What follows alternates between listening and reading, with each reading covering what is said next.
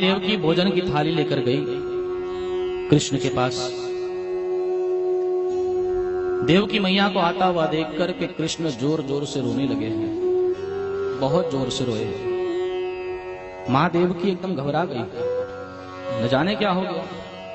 तुरंत वसुदेव के पास आकर कहती है कि महाराज, मैं कृष्ण को भोजन कराने गई थी, मुझे देख करके रोने लगा। वसुदेव ने कहा कि देखो, हमसे बचपने से दूर रहा है और क्यों रो रहा है क्या मालूम, मुझे कोई पता नहीं है। उतने में ही भगवान के सखा श्री उद्धव जी आए हैं। देव की और वसुदेव ने कहा, उद्धव इधर आओ, जरा जाकर देखो ना क्या बात है। भोजन कराने गई थी, मुझे देखते ही रोने लगा। वृष्णीनां प्रवरो मंत्री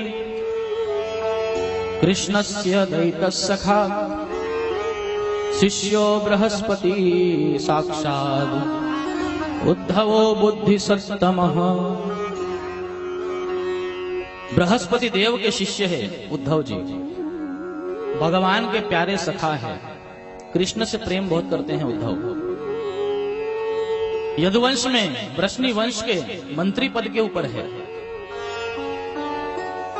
उद्धव गए कृष्ण के पास, पूछा कि कन्हैया, हे महाराज क्या बात है, मैया भोजन कराने आई और तू उनको देखकर रोने लगा, क्या हो गया। भगवान कहते हैं, उद्धव, देव की मैया को आता हुआ देखा, यशोदा मैया की याद आ गई। उद्धव मोहे ब्रज बिसरत नाही, उद्धव मोहे ब्रज बिसरत नाही।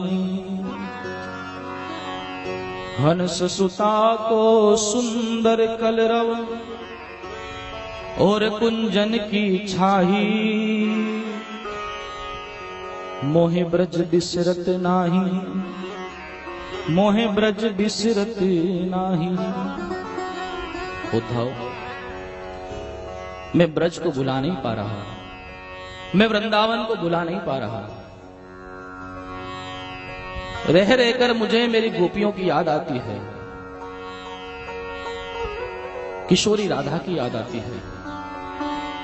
उद्धव, नंद बाबा यशोदा मैया की बहुत याद आती है। उद्धव ने कहा, चले जाओ मिलने, कोई ज्यादा दूर थोड़ी है, पास में ही है। कन्हैया ने कहा, नहीं जा सकता उद्धव, बहुत काम बाकी है, और यदि वृंदावन चला गया तो मैया वापस आने नहीं देगी।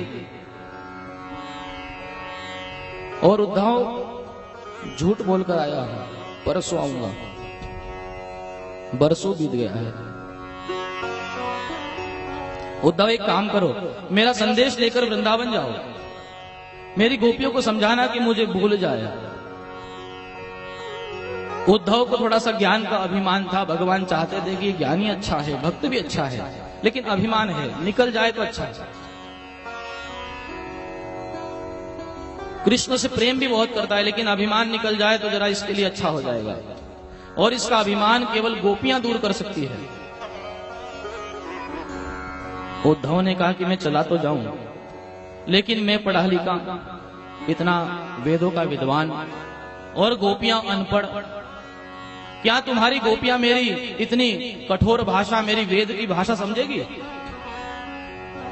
भगवान ने कहा, देख पढ़ी लिखी तो नहीं है, लेकिन तू जरा कोशिश करना समझाने की, समझा देना। उद्धव जाने लगे। भगवान ने कहा, उद्धव रुक जाओ, मेरी माला मुकुट ये सब पहन के जाओ, मेरी पीतांबरी पहन के जाओ। उद्धव ने कहा, क्यों। भगवान कहते, मेरी गोपियां किसी से बात नहीं करती है, किसी दूसरे पुरुष से बात नहीं करती है। मेरी माला मुकुट देखेगी, मेरे पीतांबरी देखेगी, तो शायद तुम्हारे से बात कर ले।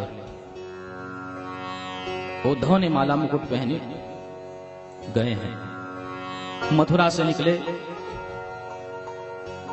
सुखदेव कहते, परीक्षित जब से भगवान गए हैं वृंदावन की दशा बिल्कुल खराब है। गायों ने चारा खाना छोड़ दिया है, दिन रात गौशाला में बैठी रहती है। गायों के आंखों से नित्य आंसू की धार बहती रहती है।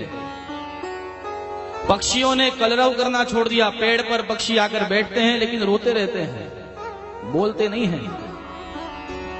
और भगवान के जो सखा है, जो मित्र है, रोज सुबेरे नहाकर मथुरा के रास्ते पर बैठ जाते हैं कि उसने कहा था परसों आऊंगा। रोज रास्ता देखते हैं, सुबह से शाम तक बैठते हैं। सूर्य अस्त होता है, उदास हो जाते हैं, चले जाते हैं घर। खाया खाया नहीं खाया, सो जाते हैं। सुबह उठते हैं, फिर रास्ते पर इंतजार करते हुए खड़े हैं। कई वर्ष बीत गए लेकिन भगवान के सखाओं ने, भगवान के मित्रों ने उनका रास्ता देखना नहीं छोड़ा।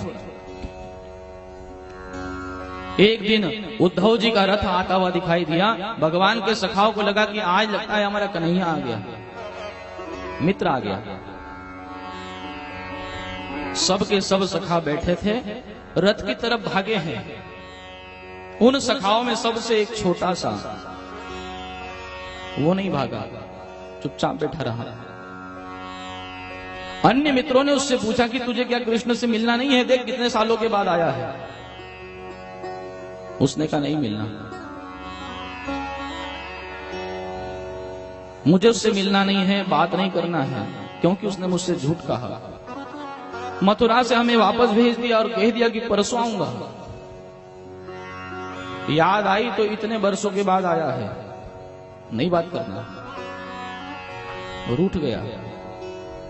लेकिन जैसे ही रथ पास में आया, सबसे पहले भागकर आगे खड़ा हो गया। सखाओं ने कहा तू तो मिलना नहीं चाहता, बात करना नहीं चाहता, फिर आगे क्यों खड़ा है? ध्यान देकर सुनिए। उसने कहा कि देखो, रूठना और मनाना तो चलता रहेगा, लेकिन इतने सालों बाद आया है, एक बार देख तो लू कैसा है। रथ जैसे ही पास में आया, कृष्ण जैसा कोई था। कृष्ण के कपड़े पहने, मुकुट है, माला है, लेकिन कृष्ण नहीं है। सखा फिर